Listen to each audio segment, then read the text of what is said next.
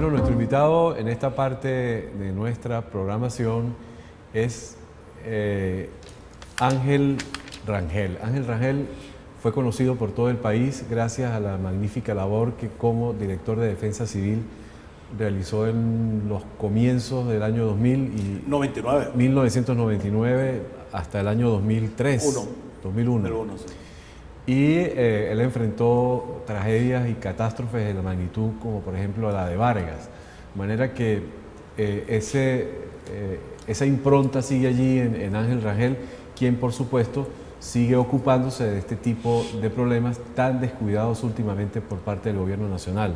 En Venezuela, Ángel, se suele decir que lo urgente suele imponerse sobre lo importante, pero cuando lo importante se convierte en urgente, por a veces caprichos, por ejemplo, de la naturaleza, no tenemos cómo responder ni cómo prevenir. Bueno, primero Roberto, muchísimas gracias por la invitación, de verdad que es un honor estar contigo y esta excelente idea del Universal, de esta TV. EUTV. EUTV, sí. No, ciertamente, yo creo que hay un problema, vamos a hablar del país, pero estas situaciones yo las he experimentado, las he visto, me ha tocado constatarlas en muchos países también, pero en el caso nuestro venezolano, que además hemos pasado por situaciones bien delicadas en materia de eventos mayores, de emergencia, que no solo han sido sismos, terremotos, inundaciones, incendios, explosiones. Entonces, el tema de los riesgos socionaturales y tecnológicos en un país como el nuestro debería estar no solo en la conciencia ciudadana, sino de los gobiernos. Perdona que te interrumpa. Hablas de trastornos socioculturales y tecnológicos. ¿Por qué tecnológicos? Porque los tecnológicos, cuando uno define los riesgos tecnológicos están relacionados a aquellas situaciones que propician, que ponen a riesgo la vida y las instalaciones, pero como consecuencia de hechos de la mano del hombre, construidos por el hombre. Es decir, por ejemplo, el desarrollo, las plantas nucleares, los sistemas de manejo de combustible, las plantas para el procesamiento de sustancias químicas o el uso de nuevas tecnologías, ha generado unos riesgos. Estás hablando de la explosión de Cardón. Sí, por ejemplo, hay riesgos que no son como consecuencia o vinculados a fenómenos naturales, sino son propios de la utilización de herramientas del desarrollo para la sociedad. Entonces, una cosa es un fenómeno natural como la lluvia o el propio sismo, y otra cosa es un incendio o una explosión en una instalación petrolera. Ahora, sin embargo, solamente hablamos de este tipo de problemas cuando se presentan. Lamentablemente. Y cuando digo hablamos es que también no se toman las previsiones, no se desarrollan políticas de prevención. ¿Por qué el gobierno venezolano no ha tomado ese tipo de precauciones que en otros países forman parte de la rutina incluso de la sociedad? Sí, lamentablemente. Tú recuerdas que mi gestión en Defensa Civil comenzó con el gobierno del presidente Hugo Chávez. Yo fui el primer director de Defensa Civil que él nombró y traté en el tiempo que me correspondió estar con él y asesorando este tema, dimos algunos pasos hacia la prevención. Quizá la tragedia de Vargas sirvió de acicate para que se... Sí, ciertamente, lamentablemente. Y así son las grandes tragedias, Roberto. Las grandes tragedias y los grandes accidentes tienen, si se puede llamar, un lado positivo, con todo el dolor, con toda la tragedia, con las pérdidas, pero el lado positivo es si logramos aprender de lo ocurrido, si eso pasa a formar parte de la lección aprendida, si eso forma parte, por ejemplo, de las normativas que se modifican, o de los procedimientos, o de las políticas gubernamentales. Y lo que tenemos en el país es que pareciera que no hemos aprendido. Se nos han venido ocurriendo eventos tras eventos. Tú tuviste la oportunidad de hacerlo, de desarrollar una política de prevención de accidentes, de catástrofes, de ese tipo de fenómenos. Claro, sí. Tuve la oportunidad de hacerlo, inclusive con el mismo evento de la temporada de lluvia del país en el 99 y en el 2000. Ya yo en mayo del 99 había presentado un informe al país sobre las condiciones de vulnerabilidad ante el periodo de lluvia que se avecinaba de mayo a diciembre, y que ya yo me había reunido con el Centro Nacional de Huracanes de Estados Unidos, teníamos la evaluación de meteorología del país, del instituto, y ya había dado unas señales de que íbamos a tener una temporada muy dura, el fenómeno del Niño, y después empujando lo que fue la ley de protección civil y administración de desastres, y la que posteriormente se hizo, que fue la ley que está actualmente vigente, aunque no se está cumpliendo por parte del gobierno, que es la ley de gestión de riesgos socionaturales y tecnológicos. Ahora, ¿dónde tiene que ponerse el acento de la prevención en estos momentos? El acento tiene que estar en el antes, y el antes no es solamente, yo quiero que el país entienda que el tema del manejo de los desastres no es un problema de bomberos o de personal de protección civil, no. Le explico.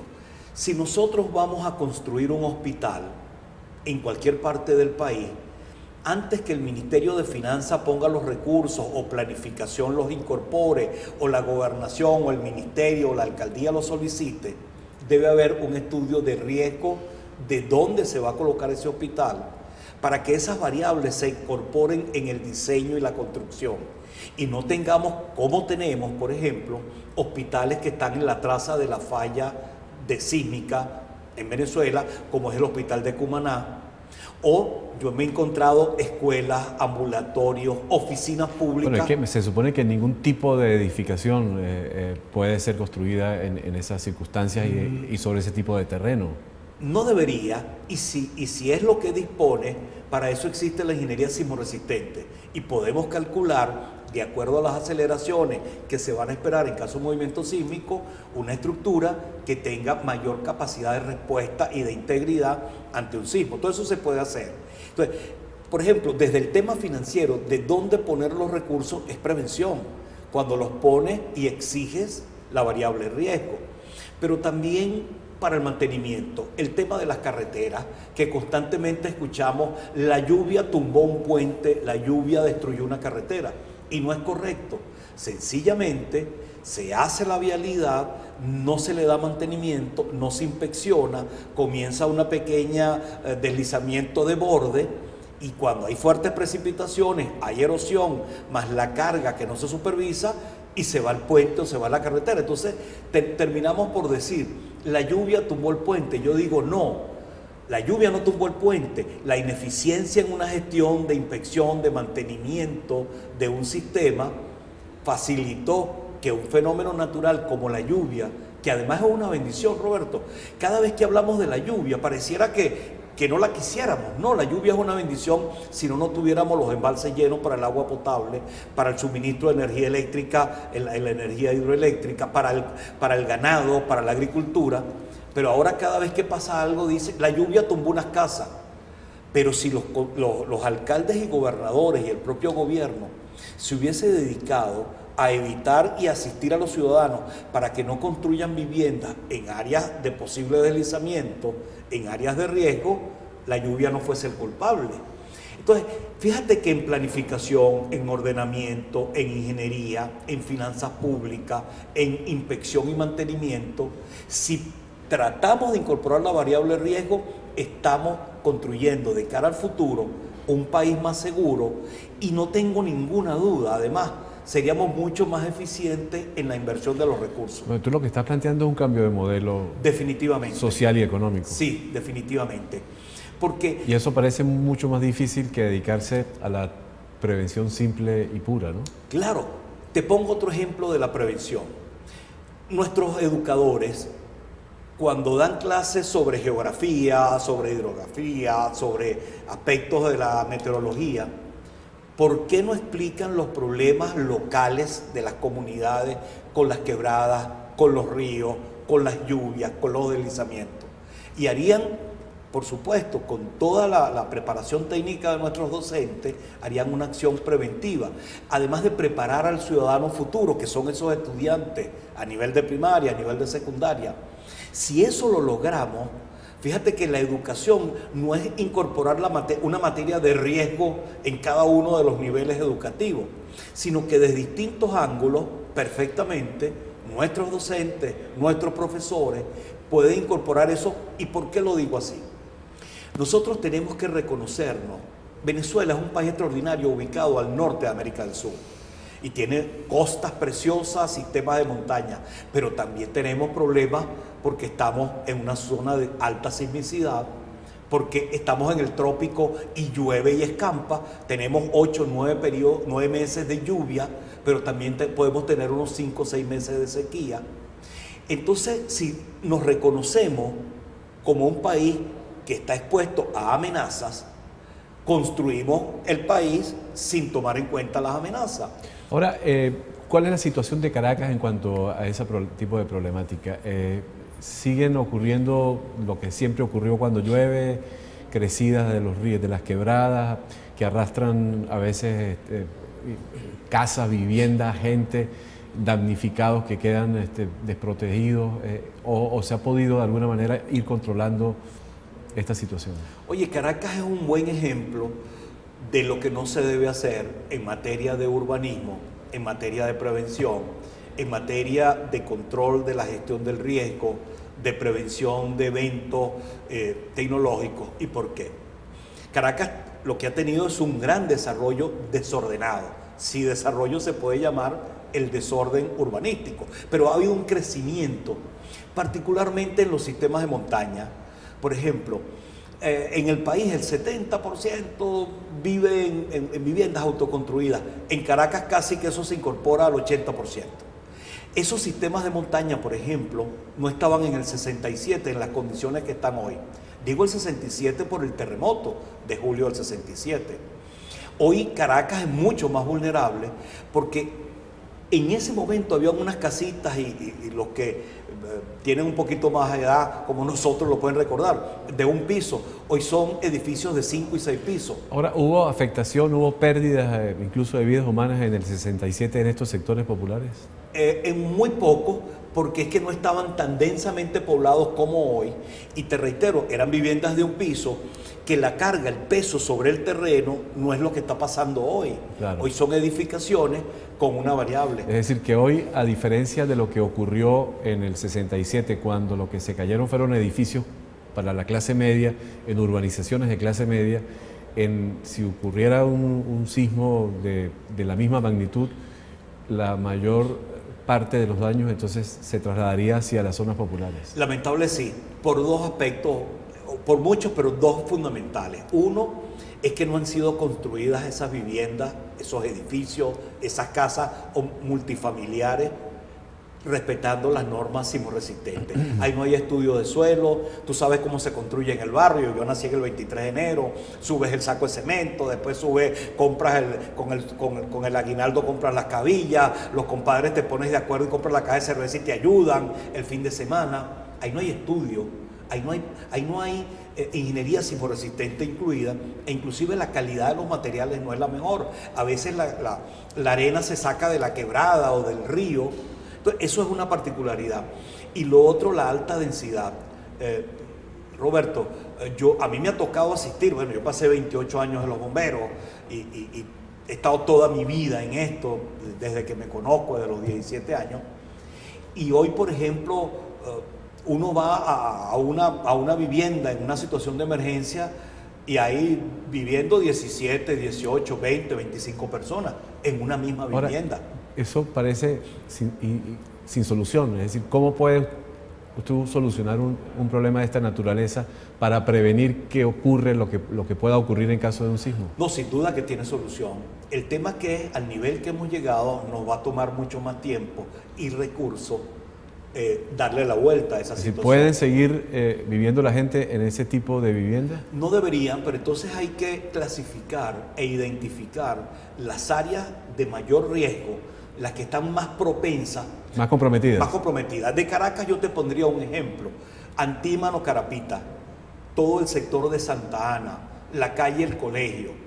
Resulta que esa zona era una zona de desechos de una cantera que estaba al lado en Carapita en los años 50. Y por eso es que constantemente hay deslizamiento. Hay deslizamiento. Ahora, esa zona debe intervenirse. En una oportunidad en el año 2000 evitamos ahí una tragedia con una evacuación que hicimos de 222 familias y esa zona se cayeron las viviendas y esas zonas fueron reocupadas. Entonces, viviendas que identifiques como de alto riesgo y logres por cualquiera de las vías retirar a los ciudadanos de esas áreas, tiene que ser intervenida, decretada como área especial de uso particular o parque para evitar nuevas viviendas y darle solución, ¿verdad?, a los que de ahí lo estás llevando. Ahora, y ahí entramos en el tema de la Gran Vivienda Venezuela. La misión vivienda. Sí. Ofrece garantías, cumple con todas las normas, se toman en cuenta toda esta serie de previsiones de carácter técnico para evitar que estas viviendas que están construyéndose, al parecer sin mayores controles, no puedan derrumbarse en caso de una emergencia. Esa es una de mis grandes preocupaciones, el tema de la misión vivienda. Yo creo que la misión vivienda ha sido una idea excelente desde el punto de vista de buscar construir, principalmente promovida por el Estado, viviendas para aquellos más necesitados. Yo creo que el concepto está bien. El tema que yo lo he dicho en varias oportunidades, lo ha señalado el Colegio de Ingenieros y yo suscribo totalmente esas declaraciones. Los hemos dicho desde nuestras universidades. Yo soy profesor de la Central y la Católica en Ingeniería y nos ha preocupado que nosotros desconocemos el ensayo de esos modelos estructurales que vienen de Bielorrusia, de Irán, de China, de Rusia. Eso no han sido ensayados en el país. No tenemos constatación de que hayan sido diseñados y construidos tomando en cuenta la norma sismorresistente venezolana, porque son realidades distintas. A mí me preocupa también mucho, por ejemplo, ver la construcción de estas edificaciones en áreas donde los servicios no han sido los mejores. El caso del propio Estado Vargas, en Caraballeda, donde no hay capacidad para los servicios de agua, de electricidad, o que inclusive sin mínimo servicio de ascensores. Pero también me preocupa la calidad constructiva, porque cuando uno ve, y lo ve en Caracas, y lo ve en Falcón y muchas otras, cuando uno ve que hay poca gerencia de construcción y ves desorden alrededor de la obra y se cogen la vialidad, el hombrillo, un canal y ahí descargan la arena y tiran los bloques y la cabilla, y cuando el personal que trabaja a veces a destajo, yo tengo estudiantes que se han retirado de la misión vivienda, me dicen: profesor, no puedo porque ahí va pasando alguien y lo contratan una semana para trabajar y a la semana siguiente no está. Así que hay poca especialización para la mano de obra y hay edificaciones inclusive cuyo supervisor es un técnico superior en administración y no un ingeniero. Por supuesto, uno tiene que dudar de esa calidad. Yo espero y aspiro que nos equivoquemos algunos que hemos dicho estas cosas y que en caso de un sismo no le pase nada a esas edificaciones. Pero tengo mis dudas, Roberto. Ángel, muchísimas gracias por habernos acompañado. No, gracias a ustedes, de verdad que es un placer. Espero que no sea la última vez que nos acompañes en EUTV. Siempre a la orden, porque además es una gran oportunidad de tener un espacio como este para decirle al país algunas cosas que a veces para los políticos o los gobiernos no parecen importantes, pareciera que no ganan votos si hacen prevención, y nosotros los ciudadanos también nos descuidamos, porque la prevención es responsabilidad de todos, de gobiernos y de ciudadanos. Bien, muchísimas gracias, Ángel. Gracias. Nosotros les pedimos, por favor, que sigan ahí, que ya tenemos más para ustedes después de la pausa. Ya venimos.